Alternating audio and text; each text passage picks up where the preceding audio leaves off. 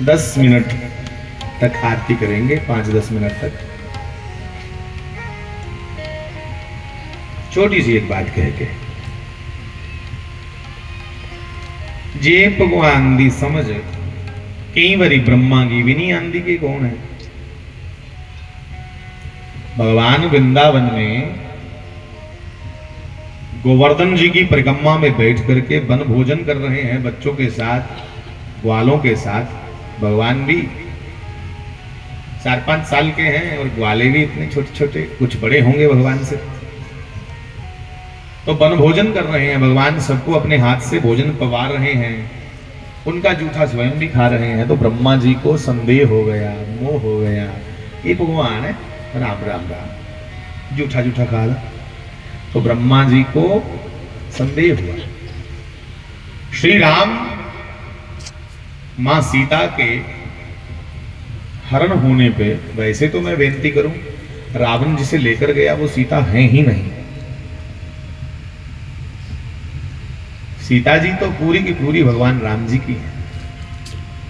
और उनके लिए कहा कि उद्धव स्थिति संहार कारणीम, जिड़ी उद्धव जिड़ी प्रकट करने वाली है, चलाने वाली है, सृष्टि का विनाश कर सक दिया अपने बल कन्ने, उसी रावण की ले जाए।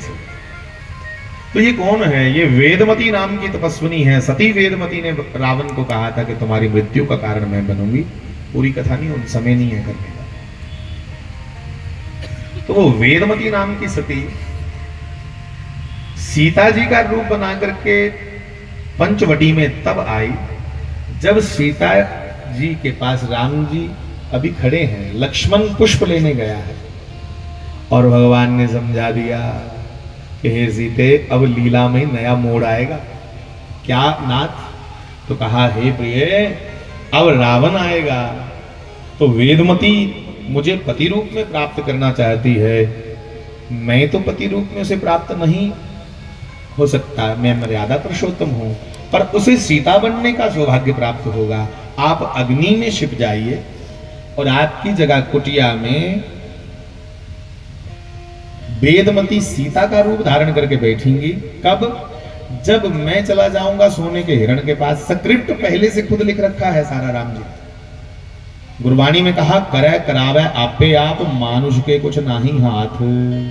बंदे के हाथ में कुछ नहीं है, वही करने कराने वाला सब कुछ। तो मैं जाऊंगा तो मेरे पीछे से लक्ष्मण भी आएगा मुझे ढूंढता हुआ, तब तुम अग्नि में समा जाना और वेदमती तुम्हारी जगह सीता बन करके बैठ जाएंगी। उसी सीता बनने का मौका भी मिल जाएगा, वो सीता बनने का सौभाग्य भी प्राप्त हो जाएगा और मैं भी उससे दूर ही रहूंगा, क्योंकि मुझे तो एक पत्नी व्रत रखना है इस रामावतार में। हाँ? मैं तो दूसरी जो स्त्री है उसे तो जा मां, जा पुत्री, जा बहन समझ सकता हूं। तो वेदमती सीता जी का रूप बना करके आई हैं। राम और लक्ष्मण तो दोनों वन में हैं। जब सोने के मृग के पीछे भागे तो लक्ष्मण भी गए पीछे से, तो पीछे से सीता जी ने कि नहीं लीला, वेदमती आ गई सीता बन करके। सीता जी अग्नि में कुछ देर के लिए छुप गई। तो राम और लक्ष्मण जब वापिस आते हैं कुटिया में, तो राम जी का विरलाप देखने वाला है। आय हाय हाय, ये भगवान है बंधुओं साक्षात राम जी। और देखो, भगवान होते हुए भी, सब कुछ जानते हुए भी ऐसा विरलाप कर रहे हैं, रो रहे हैं, मोटे मोटे आंसू गिर रहे हैं। ए सीता की क्यारी के नन्हे नन्हे पोदो, तुम ही मुझसे कुछ पूछो कि मेरी प्राण प्यारी सीता कहाँ है। सीता के लिए विरलाप कर रहे हैं, पता सारा जानते सब हैं। लक्ष्मण भी इस मर्म को जान नहीं पाए। साहब, मेरे नौजवान साथियों, तब माता सती को शंकर जी के साथ आकाश मार्ग से जा रही थी। कहां गए थे ये लोग? एक कुंभज ऋषि के पास राम कथा सुनने ही गए थे। कि एक बार त्रेता युग माही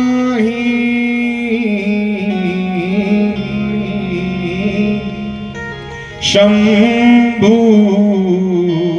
गए कुंभज ऋषि माही,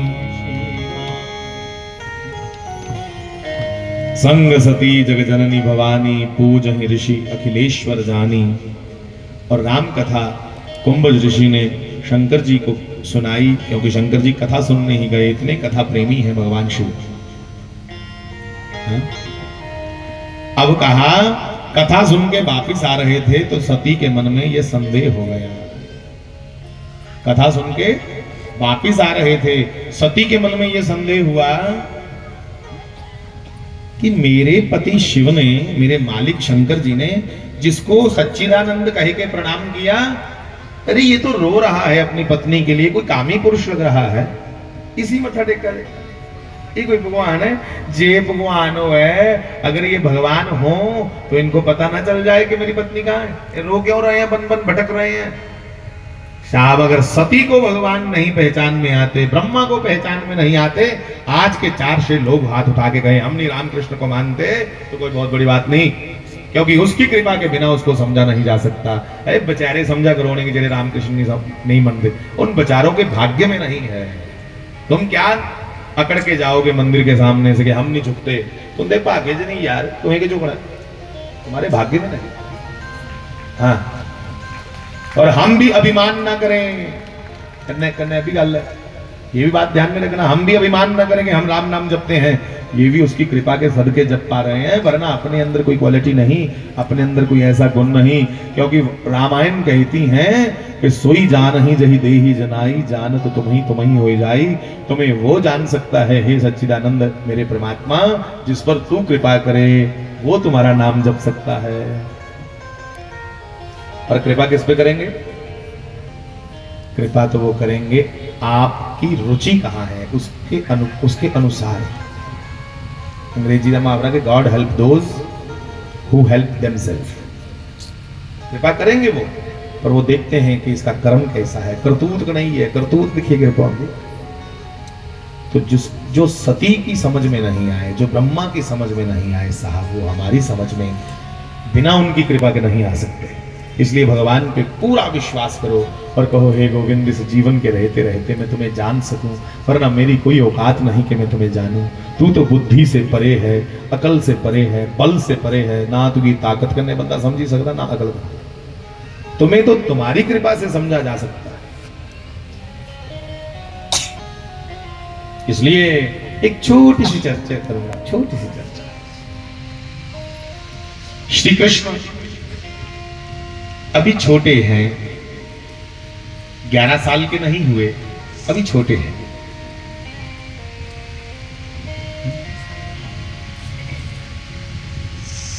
गोपियों ने एकादशी का व्रत रखा था। कल भी कहीं की दुविधा है, एकादशी कल है या छब्बीस की है, 25 को है कि 26 को है, बहुत से लोगों को ये है। तो भैया एकादशी वृद्धा हम में नहीं रखी जाती। तो बहुत से संत 26 को ही एकादशी रख रहे हैं, 26 को। अगर जो कल भी रखना चाहें तो रखने के बाद फिर मन में शंका नहीं रखनी है। दो प्रकार की है ना, स्मार्त और वैष्णव। तो जो जिस गुरु स्थान से जुड़े हैं वो उस गुरु स्थान के आदेशानुसार भी अगर कल रख लें तो वो भी गलत नहीं है, क्योंकि जब गुरु आज्ञा हो गई तो सब ठीक है। आपके गुरु स्थान के अकॉर्डिंग भी आप रखोगे, ऐसा भी नियम है।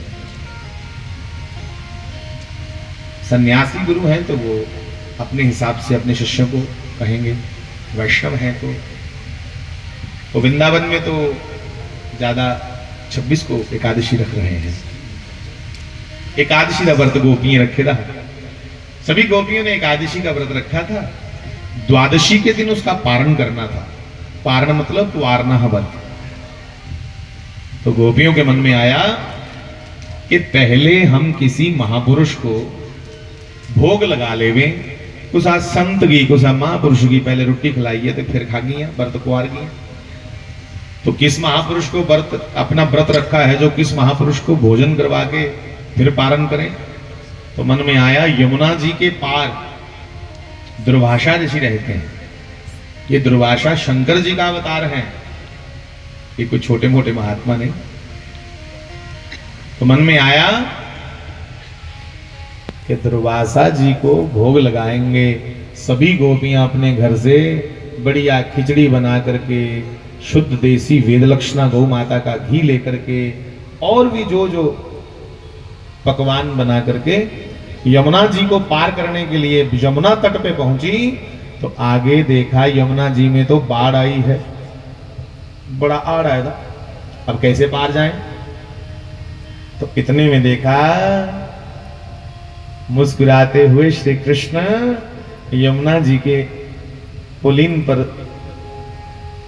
बड़ा सुंदर बांसुरी वादन कर रहे हैं और धीरे धीरे चल रहे हैं। दे दर्शन गिरिधारी रे हे तेरी सांवरी सूरत पे मैं वारी रे।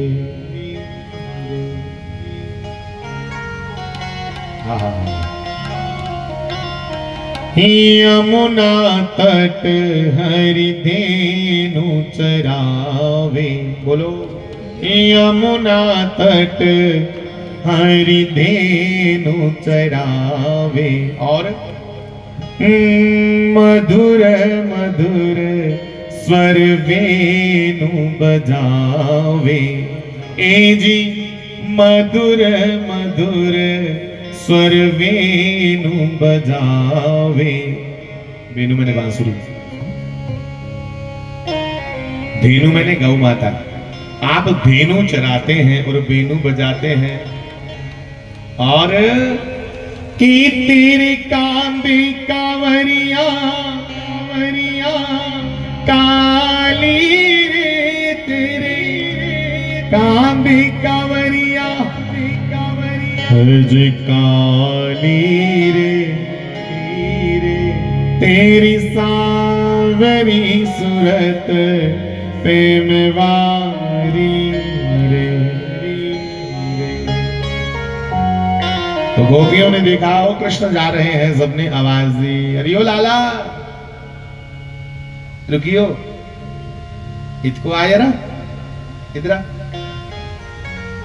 साहब ये कृष्ण कौन है?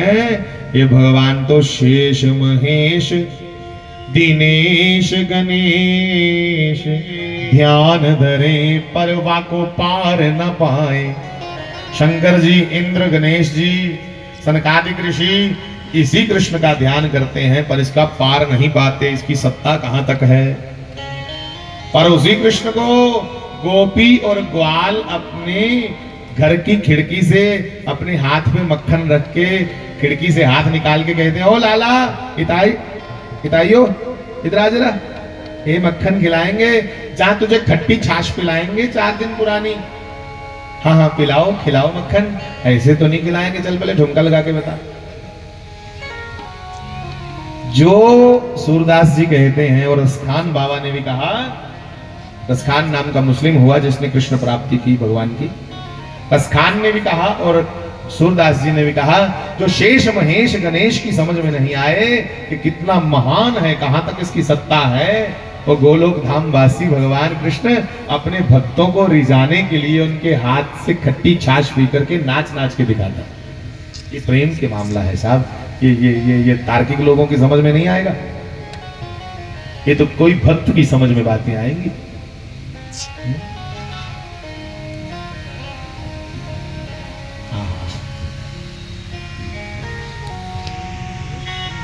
कि ध्यान धरे परवा को पार न पाए।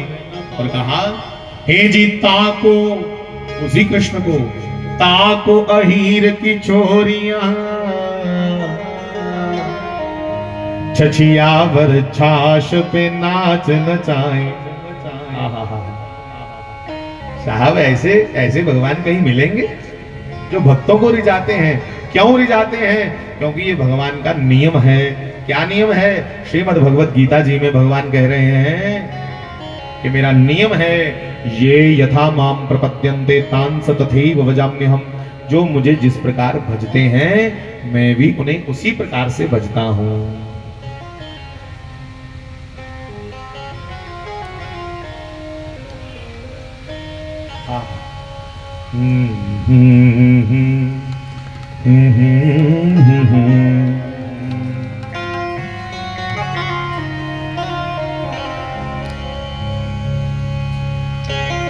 किया हो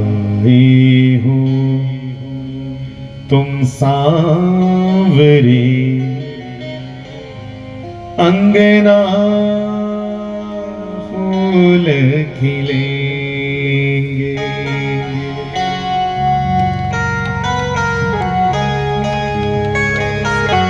कि आएगा सावन,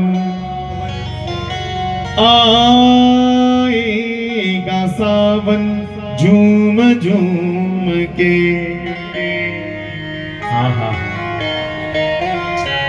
के भक्त और भगवान ऐसे मिलेंगे। आओगे तुम सांवरे। बंधुओं, भगवान का दर्शन करके गोपियों के मन में आया कि अब हमारे प्रश्न का उत्तर मिल जाएगा। मतलब कृष्ण दिख गए हैं, भले छोटे हैं, बालक हैं, पर इनके पास तो हर प्रश्न का उत्तर है। ये हमें पहुंचा देंगे यमुना पार। तभी तो कहते हैं, हे सांवरिया ले चल परली पार। सांवरिया ले चल परली पार। परली पार क्या करेंगे? यहाँ विराजी राधा रानी, ही जी जहाँ विराजी श्री राधा रानी। अलवेली सरकार सांवरिया ले चल परली पार। सांवरिया सांवरिया ले चल परली पार। जे गुण अब गुण सब तेरे अर्पण। हाँ पाप पुण्य सब तेरे अर्पण। क्यों कहा ये सब? क्योंकि बड़े बड़े विद्वान, बड़े बड़े योगी भी नित्य जब सुबह सुबह तर्पण करते हैं, स्नान करके सूर्य को जल देते हैं, तो अपने हाथ में जल लेके कहते हैं कि हमारे अच्छे बुरे सारे कर्म श्री कृष्णाय अर्पणमस्तु। हम भगवान को अर्पण करते हैं। हे गुण अवगुण सब तेरे अर्पण। हाँ जी पाप पुण्य सब तेरे अर्पण। मैं तेरे चरणों की दासी, मैं तेरे चरणों की दासी। और तू है तारणहार सांवरिया ले चल परली पार। बंधुओं, गोपियों ने भगवान से प्रार्थना करी, हे गोविंद, हे नंदनंदन, हम गोपियों पे दया करो। भगवान ने कहा, क्या हुआ गोपियों, आप चिंतित काहे को हैं?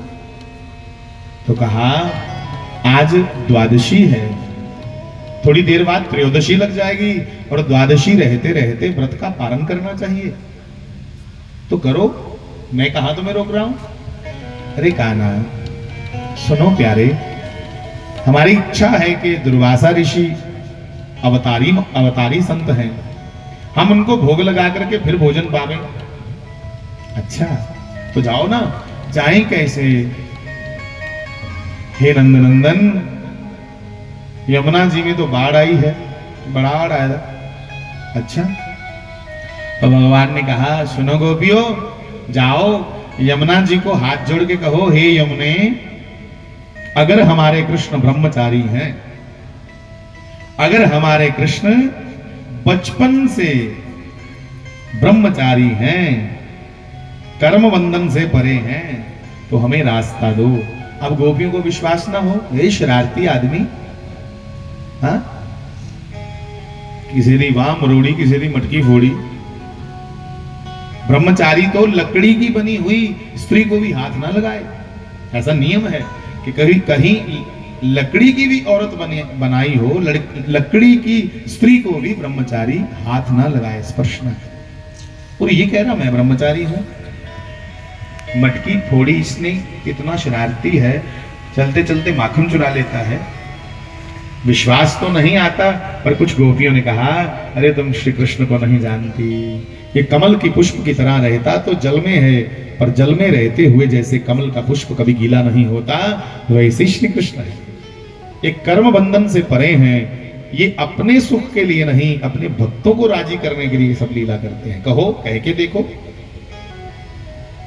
तो यमुना जी के पास जाकर के सभी गोपियों ने हाथ जोड़ के कहा, हे यमुने, हे कालिंदी, हे सूर्यपुत्री, हे जमराज की छोटी बहन, आपसे हमारी प्रार्थना है कि हमारे श्री कृष्ण अगर ब्रह्मचारी हैं, योगेश्वर हैं, तो हमें रास्ता दो।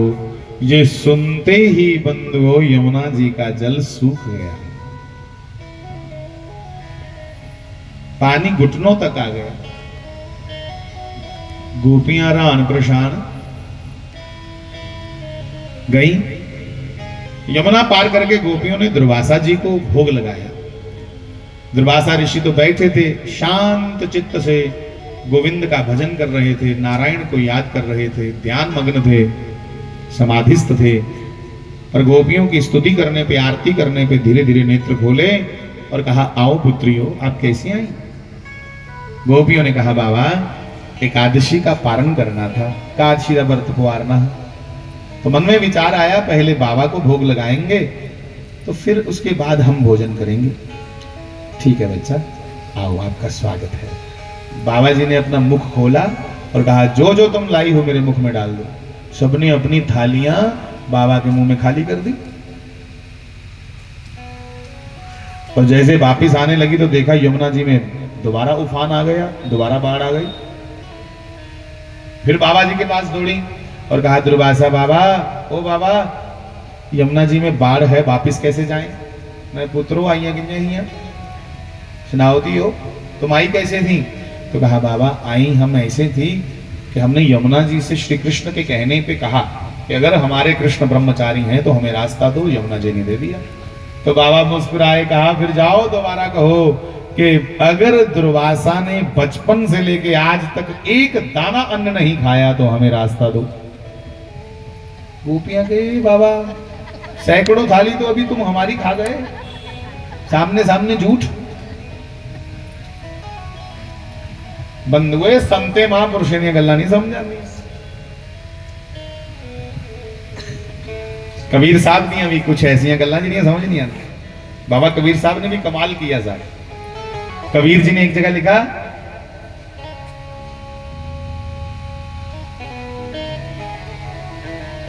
कबीर साहब की उल्टी बानी, बरसे कंबल और भीगे पानी। सिजदा दे कंबल है ना, गीला तो कंबल होता है बारिश के साथ, पानी के साथ, जल के साथ। पर सुनो क्या कह रहे हैं, कह रहे हैं कबीर साहब की उल्टी बानी, बरसे कंबल और भीगे पानी। अब क्या समझोगे? ये तो भैया संतों की रमजें हैं, ये तो उन्हीं से समझ लगती हैं। तो किसी ने कबीर बाबा के चरणों में बैठ के कहा, बाबा इसका क्या मतलब है? तो कबीर जी ने कहा, इसका मतलब है कंबल का अर्थ होता है नेत्र। कंबल, कंबल उसे भी कहते हैं जिनको जो जल के बल से सही रहती हैं। आंखों में अगर जल ना हो तो आंखें खराब हो जाती हैं। इसलिए देखना, जिनकी आंखें ड्राई रहती हैं तो डॉक्टर उनको ड्रॉप देते हैं कि ये आंखों में ड्रॉप डाला करो, तुम्हारी आंख खुश्क हो जाती है टीवी देख देख करके या मोबाइल देख देख कर। तो वो कोई भी ड्रॉप दे देते हैं। कौन से ड्रॉप? वेट टीयर या टीयर फ्रेश, आई टोन लगा लो, चलो कोई ना कोई ड्रॉप दे देते हैं। तो नेत्रों का बल जल के साथ है, इसलिए इनको कंबल कह सकते हो तुम।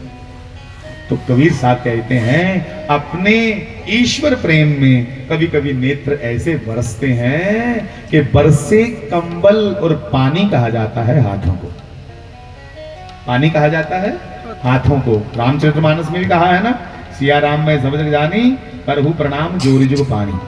ये पानी, हाथ, पानी माने हाथ। विवाह भी होता तो लोग कहते हैं पानी ग्रहण, पानी ग्रहण माने हाथ को ग्रहण किया। तो बरसे कंबल भीगे पानी। हे कबीर साहब कहते हैं कि हे नारायण, हे गोविंद, तुम्हारी याद में, तुम्हारी विरहों में ये कंबल बरसते हैं, नेत्र बरसते हैं, और मेरे हाथ भीग जाते हैं इनको साफ करते करते। तो ये उल्टी वाली साहब कोई कोई समझे उन इतने भी गाल लूंगा। गोपियां तो परेशान हो गई कि कृष्ण ने कहा मैं ब्रह्मचारी हूं तो यमुना रास्ता दे, और ये दुर्वासा बाबा कह रहे हैं कि जाओ बच्चू, हे पुत्रियों जाओ यमुना जी से कहो कि जब से दुर्वासा पैदा हुआ है ये तब से निरोहार है, इसने अन्न जल ग्रहण नहीं किया तो हमें रास्ता दे।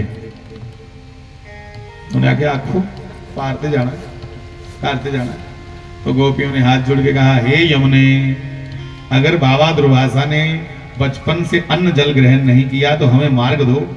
तो यमुना पुनः सूख गई, गिटे गिटे पानी हुई है। अब गोपियां आ तो गई पर चिंतित हैं। कृष्ण भगवान दिखे, गोपियों ने घेर लिया, है रुक लाला रुक, आज तुम्हारा मोर पंख, तुम्हारी मुरली सब तोड़ फोड़ देंगे हम। पर काहे, क्यों ऐसा कहा किया मैंने? तो कहा तुमने किया तो कुछ नहीं, पर मुझे, गोपियों ने कहा हमें ये बताओ कि तुम कैसे ब्रह्मचारी और दुर्वासा कैसे निराहारी। तब श्री कृष्ण ने कहा, हे गोपियों, मेरा मोर का पंख देख रही हो? ये योगी लोग देख करके समझते हैं कि मोर पंख धारण करने का मतलब क्या है। मोर मोरनी के संग रहता है पर कभी उसका संगम नहीं करता। मैं रहता तो संसार में हूं, बस अपने भक्तों को रिझाने के लिए प्रत्येक लीला करता हूं। मेरी अपनी कोई इच्छा नहीं होती, मैं इच्छाओं से परे हूं। मैं मन के कहने पे नहीं चलता, मन मेरे कहने पे चलता है। रही बात दुर्वासा की, दुर्वासा बाबा कोई तुम्हारी प्रतीक्षा नहीं कर रहे थे कि कब गोपियां आएंगी, कब मुझे भोजन करवाएंगी। वो तो आनंद में थे, अपने ध्यान मग्न थे। पर तुम्हें प्रसन्न करने के लिए, अपनी रुचि के लिए नहीं, अपने स्वाद लगाने के लिए भोजन नहीं किया उन्होंने, तुम्हारी प्रसन्नता के लिए उन्होंने भोजन किया। और व्यक्ति जब अपने मन से ना करे, दूसरों की सुरक्षा के लिए, दूसरों की प्रसन्नता के लिए करे, अपने स्वाद ना लगाए, तो वो कर्म बंधन में नहीं फंसता। समझ आई? कर्म बंधन में कौन फंसता है? जो व्यक्ति बड़े स्वाद लगा रहा है। जहां जहां जहां हमारा मन इन्वॉल्व हुआ वहां हम कर्म बंधन में फंस गए। जहां मन की इन्वॉल्वेशन है वहां कर्म का बंधन है, और जहां मन नहीं है, बस फर्ज है, वहां कर्म बंधन नहीं होता। बात तो बड़ी लंबी चौड़ी हो सकती है, इसी बात पर बड़ी गहरी बात हो सकती है, पर अब समय कम है क्योंकि समाधि मुझे जल्दी पहुंचना है। आप सबको इन्हीं बातों से आज प्रणाम कहता हुआ ये कहूं कि भगवान इस धरा पे आए, समस्त लीलाओं को करते हुए मेरे कृष्ण योगेश्वर हैं, क्योंकि वो अपनी इच्छा के लिए नहीं, भक्तों को राजी करने के लिए प्रत्येक लीला करते हैं।